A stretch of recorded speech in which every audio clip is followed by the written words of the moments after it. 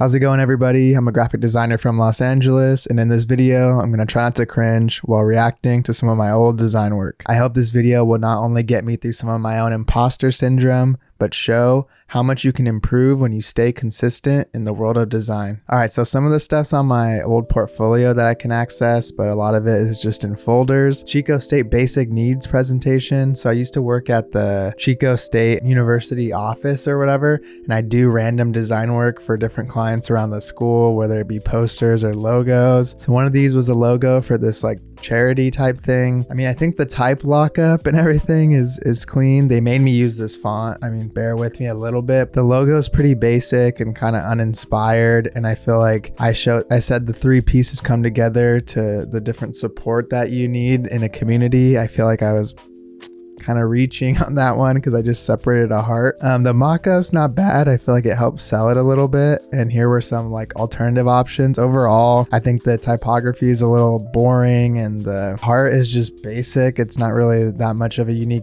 logo, and I would definitely do it a little bit different now. Like I said, I worked at the office, and some of the most fun things I did there was create posters for different events around the school. Here's a cool one, navigating the gender spectrum. I feel like this is when I was big on my Swiss design. It seems like almost everyone somewhere along their design career falls into this Swiss design kind of style and gets into like Massimo Vignelli and stuff like that. This one's pretty cool though. I thought it was a cool concept. It sucks that we had to include this conversations with diversity little lockup because I felt like it didn't go with a lot of the stuff I was going for. But I mean, overall, this I don't really like. I would definitely make this type a lot smaller. I would change my grid up. I would make sure these aligned with probably some of these arrows and stuff. I like the idea overall of doing these little arrows and like the LGBTQ like kind of flag colors. When it comes to this kind of stuff, the devil's in the details, so I would have done a lot more work with the kerning, font sizing, spacing, leading, and things like that. Here's another one. I was pretty proud of this little iconography representing some of this. Left and the right,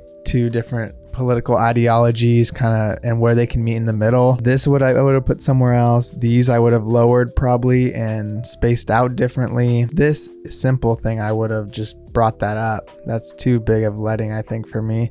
But one simple thing definitely could have been a lot better about this is, why didn't I just flip it around? The left is usually liberal, Democrats, the right, Republican, conservative, and the left's associated with blue and the right's associated with red. So easily could have just flipped that around, but I obviously wasn't thinking that deep about it in 2019. Here's another poster I did for one of those events. This one, pretty cool, but overall kind of boring and like there's not much going on. And I think I was so obsessed with this simplicity and this style, I couldn't understand why some of the bosses and stuff were giving me critiques on it because I just wasn't executing it well, I don't think, overall. These ones are cool, kind of cool. I feel like I experimented a little bit more. This is not something I would do now, but it is something more in the vein of stuff that I like to do now. And I think this was kind of a nugget of some of the stuff that I was like, oh, you can experiment with fonts. You can mess with type, move it around, you know, use strokes and things like that. I mean, this is these are kind of cool. You know, if you saw these hanging around the school, I don't think you'd be like, those are awful, but colors are a little too sports for me. Like, I feel like this, when you use a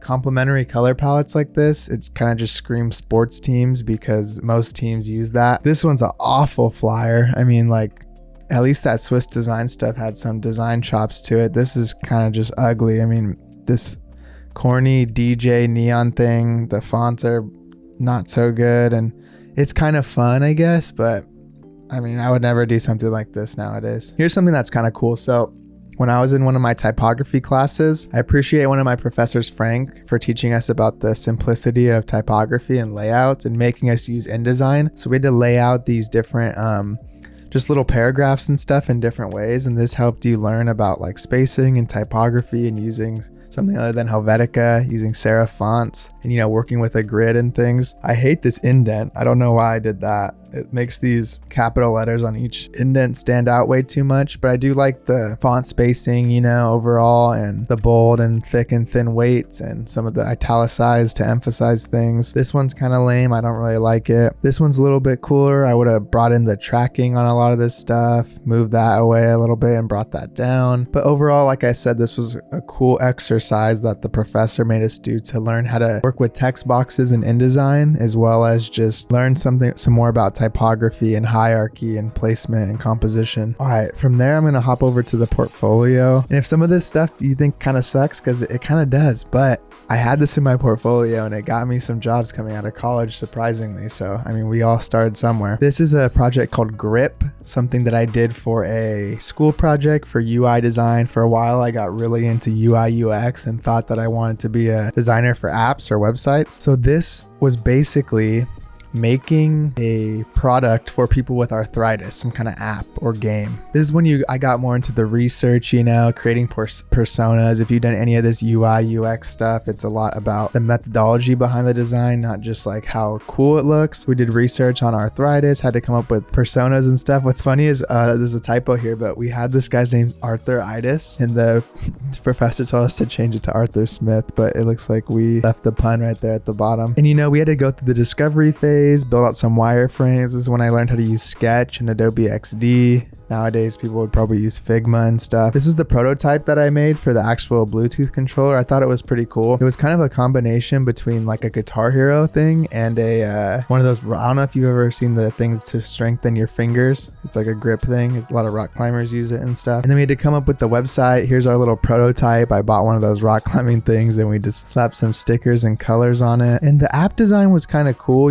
Pretty simple, nice gradients. My homie Tanner helped work on this a lot. He was one of my partners in the class project. And, this is a quick little Envision prototype. You would answer questions if you're feeling like fatigue, joint pain. I think we ripped a lot of like apps like Headspace and stuff. And then what was cool is like to work on your finger exercises, you basically had like this Guitar Hero type thing you'd have to press as they came in. Obviously the animation's kind of lame, but overall I think it was like a kind of cool project. I would execute it a lot differently now, but it was fun at the time. This next thing I want to show, I worked at this internship during college called Wine of the Month Club. They sent you subscription-based wine and I had to make a bunch of stuff for them. And this is when I wasn't very confident in my design choices, so I didn't know how to argue for better design, and I kind of got pigeonholed into creating stuff that I thought was awful, but that's what the client wanted. I was just an intern in this office, so stuff like this, like awful, me trying to jam in like Swiss design and sans serifs into like all this crazy shit that they wanted resulted in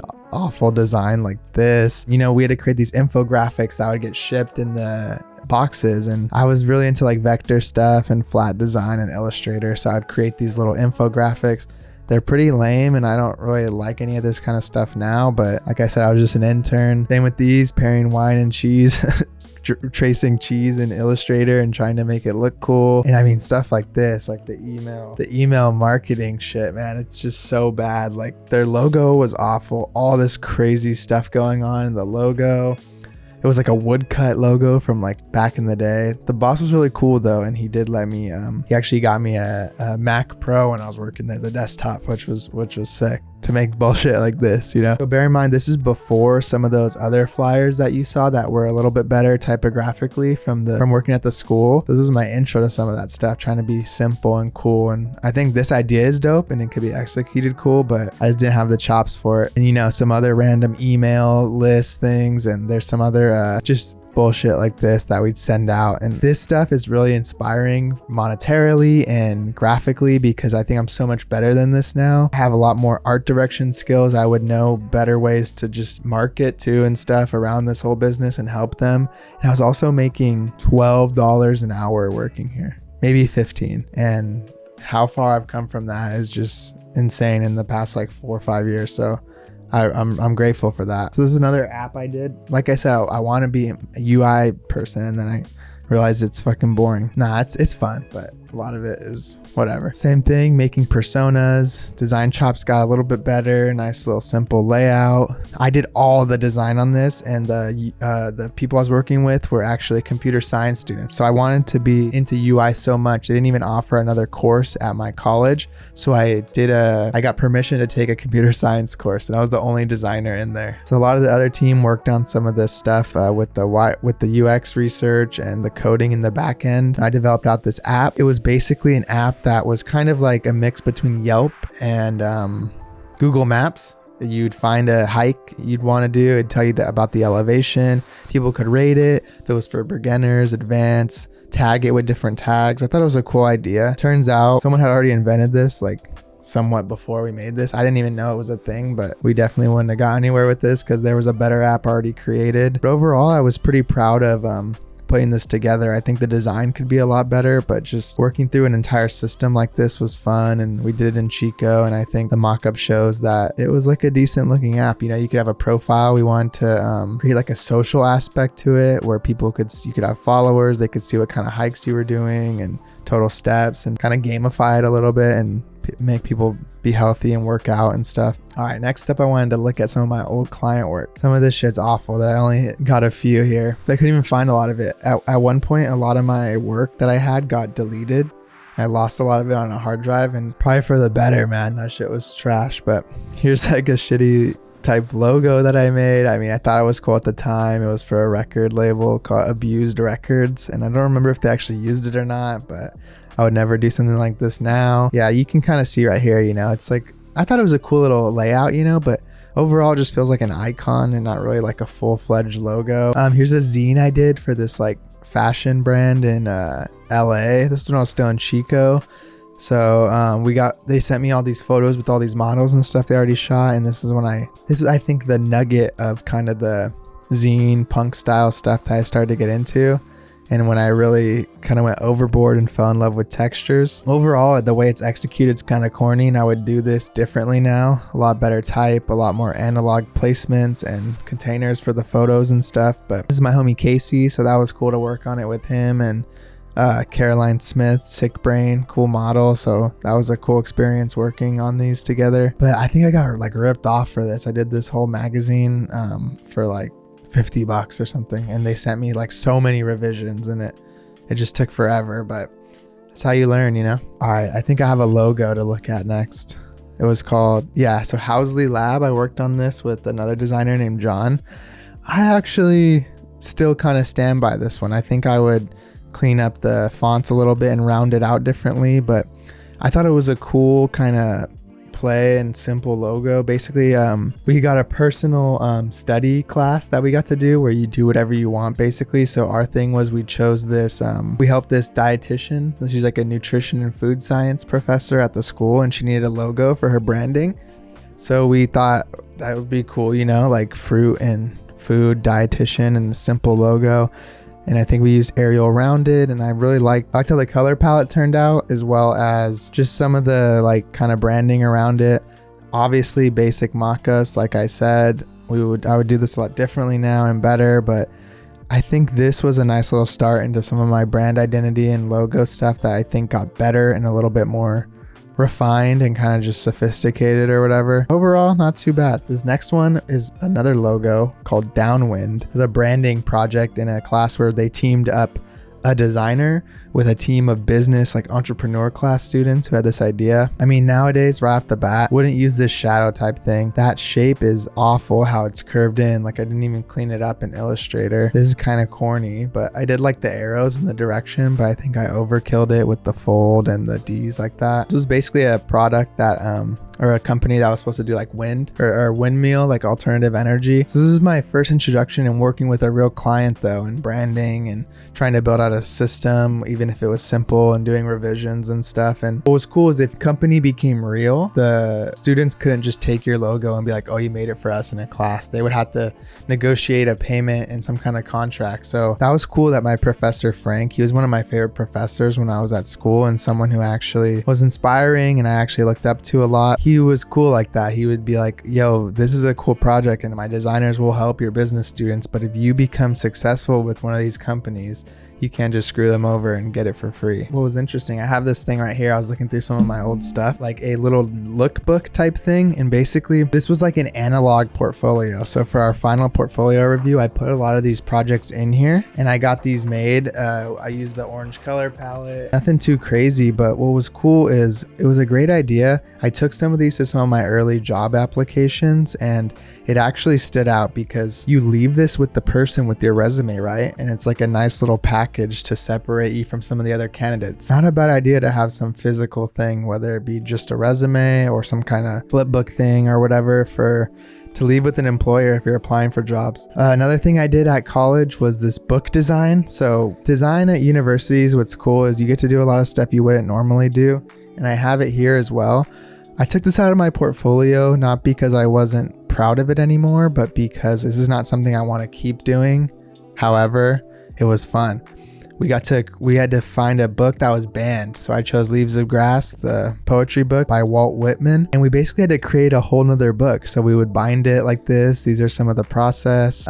We got to choose the end papers and put it all together ourselves. And it was really fun. And here's some photos of it. And I actually have it still right here. I went through some of my old stuff. I was actually trying to find some old college work, but I couldn't find too much stuff. Having this little book is pretty cool. Like I made this, you know, from purely from scratch, you know, like we did the design and InDesign, and not only did I glued down these end papers, you know, you could see in the photos, and this was just cool. Like we got to you know, everyone made a little book and we all presented it, and it was cool to see what everyone did. And I actually think the typography is still pretty good on this. I used Baskerville, and since it was a poetry book, I just laid it out simply like that, you know, so each page has different little poems on it, and the letting's good, the tracking's good, and it helped me figure out how to create large format documents and furthered my skills in InDesign and stuff.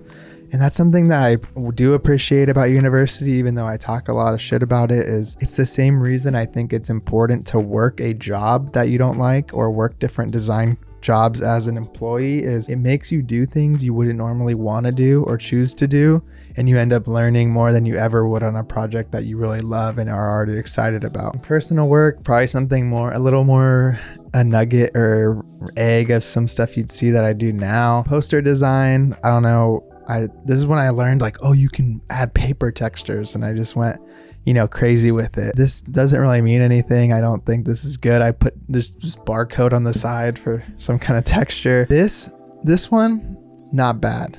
I kind of like it. I like the eyeball. I still like the black letter. The texturizing is a little overboard, and this doesn't really mean anything. And the type down there is kind of simple. However, this is one of the first things I post on Instagram in the black background era. I think this was 2019 that got a lot of likes. I only had 500 followers, and I think this got 300 likes or something. And I think that was that dopamine hit that helped me keep going and making more personal work. This was when I fell in love with the liquify tool and thought it was cool to just mix around images and create corny posters like this. Same with this, and some angsty little skull poster. This was another weird era I had where I wanted to just create stuff out of triangles and half circles and quarter circles and geometric shapes and just place them around randomly, trying to make something cool, but overall kind of meaningless. This was, I think, an introduction into more of the style that I like now, mixing typography, images, color, and texture, but this was how it was in its infancy. This one kind of relates to what I'm talking about too, where it's about growth, and I've grown so much since this time and this type of stuff that it's cool to look back at, you know, and just see, you just keep making shit and you get better. Doing stuff over time is the most important thing. There's no really shortcut. I think people want to figure out stuff faster than they need to. Same liquify tool type stuff. Definitely something I would never do now, but you know, you gotta learn and experiment. This one's so blended, so awful, this collage type thing. This one was kind of cool. This is when I collabed with this guy that was pretty dope with typography. He took my liquify shit and actually made it kind of cool, so shout out him. All right, one more project to look at. We'll go with the Brave one. So this was kind of cool. Same with that Professor Frank. He was like, for your independent study, go find a logo around the city of Chico that you don't like and redesign it. Kind of rude now that I think about it, and I actually brought a packet to the people and been like, here's your new logo, try this out. And I thought it was so dope, and they're like, we already have a logo. We don't want that. So that didn't work out. However, the exercise was fun, and this is kind of cool, you know. I thought it was a cool, simple logo. Nowadays, I wouldn't use DIN, and I'd do the spacing differently for the coffee part, and I'd probably design this visual kind of V that's representing a cup or a pour-over vase differently. But their other one was so bad, like the C was backwards and the B, so it was backwards this way, and in the spacing, it should be BC if anything. I think someone just designed this randomly and thought it was cool. But this helped me figure out like basically I was going through revisions with the professor. So it was good feedback, working with a good like client and coming up with like a full-fledged like kind of brand identity. Some of these mock-ups I think are decent, especially since they're just mock-ups, and it was fun creating some of the packaging like this, and first time developing out like a mini like brand identity guideline. This was cool, and I think this was one of the projects I probably left in towards the most recently in the portfolio. Since then I've replaced it with better logos and better projects, but at the time I was really proud of this one, and it was a cool kind of start into my kind of branding and logo design side of my design craft. I think that's the last project to look at though. Thanks so much for watching. If you want a deeper look into what my portfolio looks like now, you can check out this video here. If you haven't already, hit that subscribe button. I'll see you next time. Peace.